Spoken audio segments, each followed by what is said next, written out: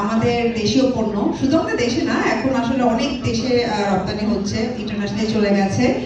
এবং আমার কাছে ওয়ালটন একটা ইমোশনাল বিষয়, কারণ আমার বাসায় এখন সবকিছু ওয়ালটনের দেশীয় পণ্য, তো এটার মধ্যে একটা আলাদা ভালো লাগা কাজ করে, এটা ভালোবাসা বলতে পারে।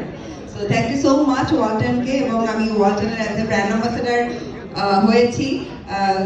সো আমি এই পরিবারের একজন সদস্য, তো আমার খুবই ভালো লাগছে এবং আমি খুবই গর্বিত।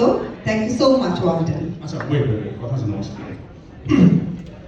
ধরো তুমি হুট করে 10 লাখ টাকা পেলা, তোমাকে এখন কন্ডিশন দেয়া হলো, মানে এই 10 লাখ টাকা যদি তুমি পাও তাহলে তুমি কি করবা?